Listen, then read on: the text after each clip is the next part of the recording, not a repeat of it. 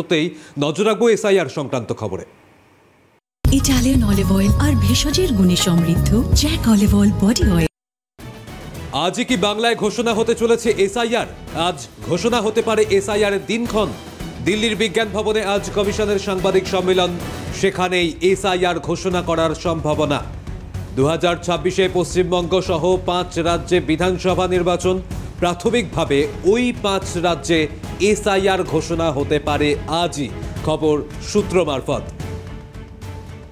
দিল্লির বিজ্ঞান ভবনে আজ ঠিক 4:15 নাগাদ এই সাংবাদিক বৈঠক করার কথা কমিশনের।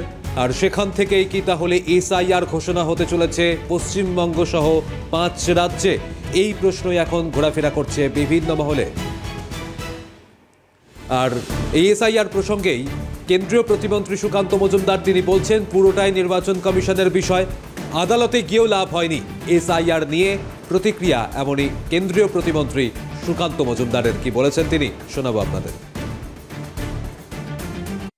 নির্বাচন কমিশন বলে দিয়েছে, এখানে আপনার আমার বিষয় নেই, বিজেপি তৃণমূলেরও বিষয় নেই, পুরোটাই বিষয় হচ্ছে যে নির্বাচন কমিশনের। কারো আপত্তি থাকতেই পারে, কোর্টে যান, কোর্টে গেছেন তো, লাভ হয়নি তো কোনো। এসআইআর এর আগে 12 বার হয়েছে, এটা 13 নম্বর এসআইআর। পাশাপাশি বিজেপি নেতা দিলীপ ঘোষ তিনি বলছেন, আগামী বছর যে 4 থেকে 5টি রাজ্যে নির্বাচন আছে সেখানে বিশেষ জোর দিচ্ছে নির্বাচন কমিশন। বিহারে যেমন সফল, এখানেও সেইভাবেই হবে। এখানে সরকার সহযোগিতা না করলে মনে করতে হবে রাষ্ট্রপতি শাসন ডেকে নিয়ে আসছে। প্রতিক্রিয়া দিলীপ ঘোষের।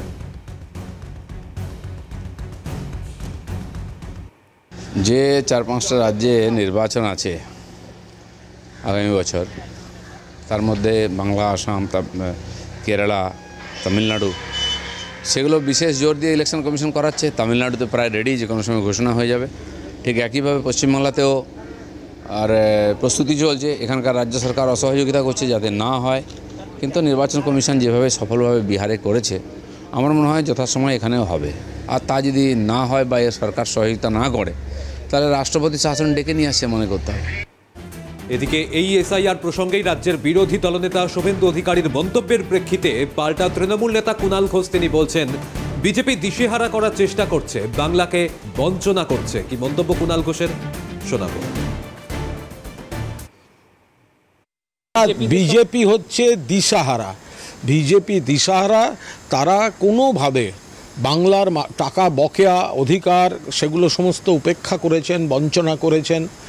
বাংলার যেগুলো সমস্ত পাওনা সেগুলো দেয়নি, কুৎসা করছে। বাংলা ভাষায় কথা বললে বাংলাদেশি বলে পুশব্যাক করছে। এখন ভোটার লিস্টে কারচুপি করতে নেমেছে, কিন্তু যে মডেলে ওরা কারচুপিটা করতে চলেছে তাতে দেখা যাচ্ছে যে ওরা বলছে, টার্গেট করছে যেন মুসলমানদের একটা ভাব দেখাচ্ছে, কিন্তু তাতে বিরাট পরিমাণ হিন্দু মানুষ বিপদে পড়ে যাচ্ছেন।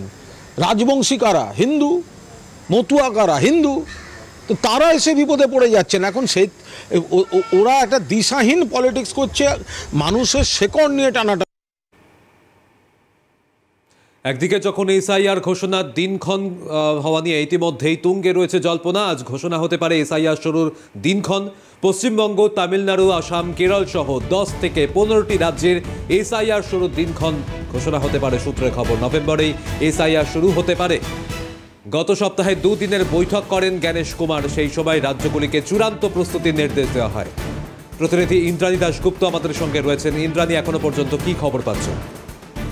দেখো, আজকে বিকাল 4টার সময় বিজ্ঞান ভবনে জাতীয় নির্বাচন কমিশন একটি প্রেস কনফারেন্স করবে বলে বিজ্ঞপ্তি দিয়েছে। সূত্রের খবর যে পশ্চিমবঙ্গ, অসম, কেরল, তামিলনাড়ুর মতো 10 থেকে 15টি রাজ্যে এসআইআর শুরু করতে চলেছে নির্বাচন কমিশন। কারণ এই রাজ্যগুলোতে 2026-এর প্রথমেই ইলেকশন রয়েছে। তার আগে এসআইআর এর মাধ্যমে যাবতীয় প্রস্তুতি সেরে ফেলতে চাইছে নির্বাচন কমিশন, এবং ধাপে ধাপে সারা দেশেই এই এসআইআর করতে উদ্যোগী হয়েছে নির্বাচন কমিশন। গত সপ্তাহে রাজধানী দিল্লিতে মুখ্য নির্বাচনী আধিকারিক জ্ঞানেশ কুমার তিনি রাজ্যের নির্বাচনে মুখ্য নির্বাচন কমিশনারদের নিয়ে একটি বৈঠক করেন। সেখানে জাতীয় নির্বাচন কমিশনার পরিষ্কারভাবে জানিয়ে দেন যে এসআইআর শুরু হতে চলেছে এবং তার প্রস্তুতি আপনারা সম্পূর্ণ করুন। গত সপ্তাহে তামিলনাড়ু হাইকোর্টেও কিন্তু জাতীয় নির্বাচন কমিশনার জানিয়েছিল যে নভেম্বরের প্রথম সপ্তাহে এসআইআর শুরু করে দেবে বা এক সপ্তাহের মধ্যে এসআইআর শুরু করে দেবে জাতীয় নির্বাচন কমিশন তামিলনাড়ুতে। সেই জায়গা থেকে মনে করা হচ্ছে বাংলা, বিহার, বাংলা, আসাম, তামিলনাড়ু, কেরলের মতো যে রাজ্যগুলো রয়েছে যেখানে 2026-এর শুরুতেই ভোট রয়েছে, এরকম 10 থেকে 15টি রাজ্যে প্রথম ধাপে এসআইআর শুরু করতে চলেছে জাতীয় নির্বাচন কমিশন।